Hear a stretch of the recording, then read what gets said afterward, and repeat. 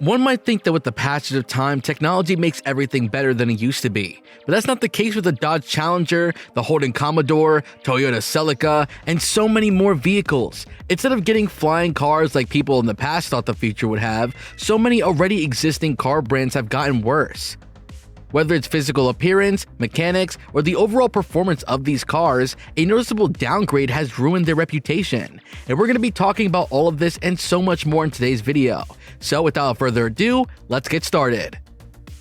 Number 6. Honda Civic Type R. One of the world's most popular vehicles to exist, car guys defend the supremacy of the Honda Civic Type R the same way teenage girls defend Taylor Swift. Whether we're comparing it with other vehicles with the same range and size, or even with the supercar, you will never see a car guy speaking against the Honda Civic Type R. From the earlier lightweight generations to the later chunkier ones, every model of the Honda Civic was a fan favorite.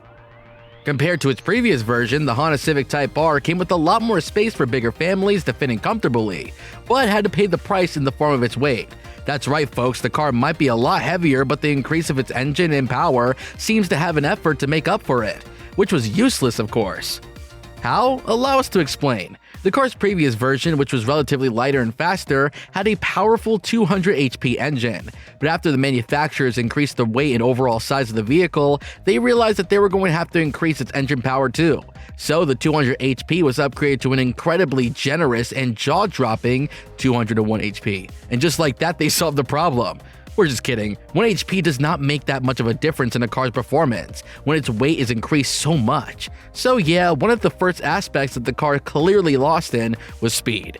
But that wasn't the only downgrade. Apparently, the illogical alteration from a double wishbone suspension to a torsion beam made it so stiff that you might have to visit a chiropractor after a 1-hour drive. Number 5. Ferrari. When it comes to the most idolized cars in existence, Ferrari goes pretty high on the list. From actual car enthusiasts to people who watched one Fast and the Furious movie and have a singular car poster in their bedroom after it, Ferraris are popular amongst all kinds of people. But if we take a closer look at them, then the 348 model feels like a huge downgrade as compared to its predecessors, which were the 308 and 328 family. An initial look after its launch would probably notice awesome things like a brand new engine, an amazing gearbox that makes you feel like you're driving a Formula 1 car, and the overall design that was inspired by Testarossa. But the more you analyze, the more you realize that the car lacked actual necessities like a powerful engine and speed.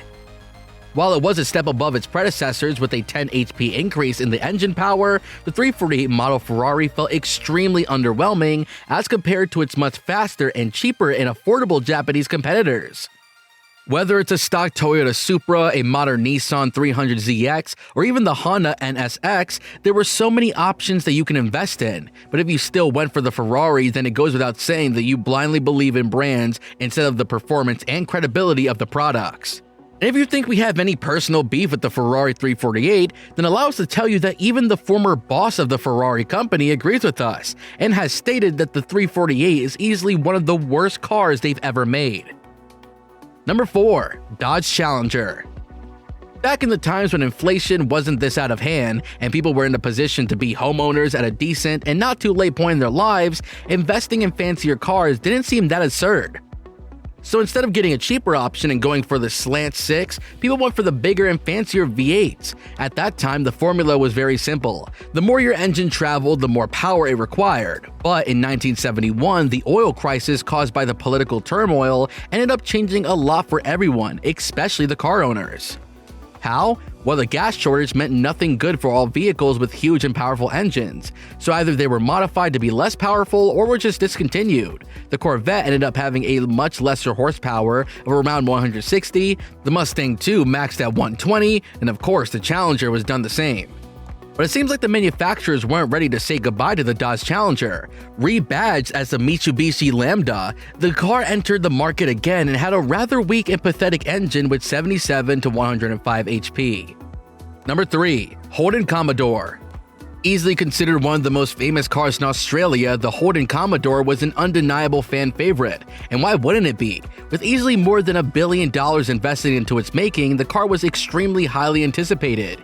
If we had to give you a rough idea of the Holden Commodore, we'd say that this car was like a mechanical being on steroids. With a giant V8 engines from the legendary Corvettes and Camaros, rough and tough wheels, hardcore body kits, and an entire set-to-go-fast technology, the Aussies seriously stepped into the competition of the best vehicle manufacturers with a very strong contender. However, the Commodore manufacturers forgot to keep one of the biggest factors into consideration that influenced the market performance of vehicles, and that is marketing. Because of that, the sudden demand for saloon cars went down astronomically, and people had their eyes on SUVs. So instead of spending another $1 billion, plus however much it will cost due to inflation, GM decided to take the smart way out.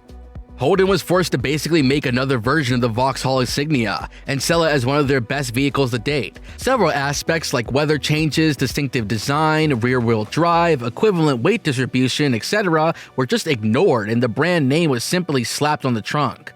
And despite the Commodore's manufacturer's delusions, the people noticed their cheekiness, and in just 2 years, the Holden Commodore was completely gone from the market. Now that's a fall from grace that no one had expected. Number 2. 3rd Gen Ford Taurus.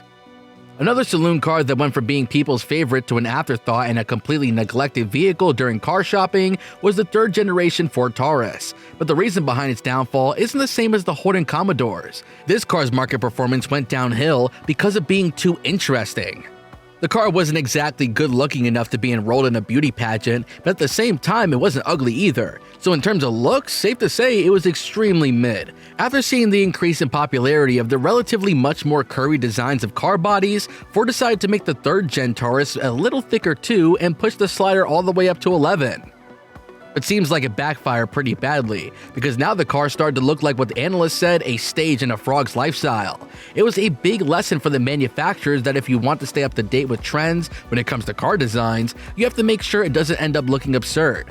However, it was a little too late for that conclusion, and its physical appearance wasn't the only unpleasant thing about it. The car had the same underpinnings, but instead of the previous and better design, they were under the body of a submarine. And just like that, the Ford Taurus went from being America's best-selling vehicle to an ugly disappointment in no time. Number 1. Toyota Celica. And last but not least, the Toyota Celica was another shameful and sudden fall from the peak reached by its own evolution. From being the manufacturer of pretty much the supermodel of the world, of rallying to ending one of the most disappointing vehicles of the decade. The folks at Toyota had been through a lot.